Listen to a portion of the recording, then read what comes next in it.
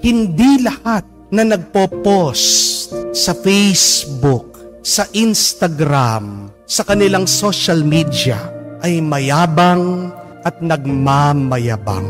Kung nagpo-post siya tungkol sa bakasyon nila o kaya naman nagpo-post doon sa mga nagbigay ng regalo sa kanya, kung nag-post siya tungkol sa katatapos pa lang na bahay niya, o kaya naman pumasa siya para sa pag-abroad, pumasa sa board exam, o pinost niya yung kanyang bagong sasakyan, bagong motor o bagong bisikleta, kahit ano man yan, please, wag mong isipin na ang taong yan ay mayabang.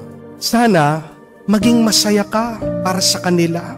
Sana i-affirm mo yung ibang tao doon sa saya nila. Sana mag-compliment ka naman sa mga nagtatagumpay sa buhay. Amen? Huwag na huwag kang magagalit, huwag na huwag kang maiinis dahil nagpo-post ng achievements ang ibang tao. Amen? Bakit? Dahil deserve din ng ibang tao ang maging masaya. Kung nga ikaw gusto mong maging masaya, gusto din ng ibang tao na maging masaya sa buhay nila. Hindi po ba? Isipin mo na lang, kaligayahan ng ibang tao ang mag-post sa kanilang social media. At walang masama doon. Ang karanasan nila, ang natanggap nila, gusto nilang ipakita.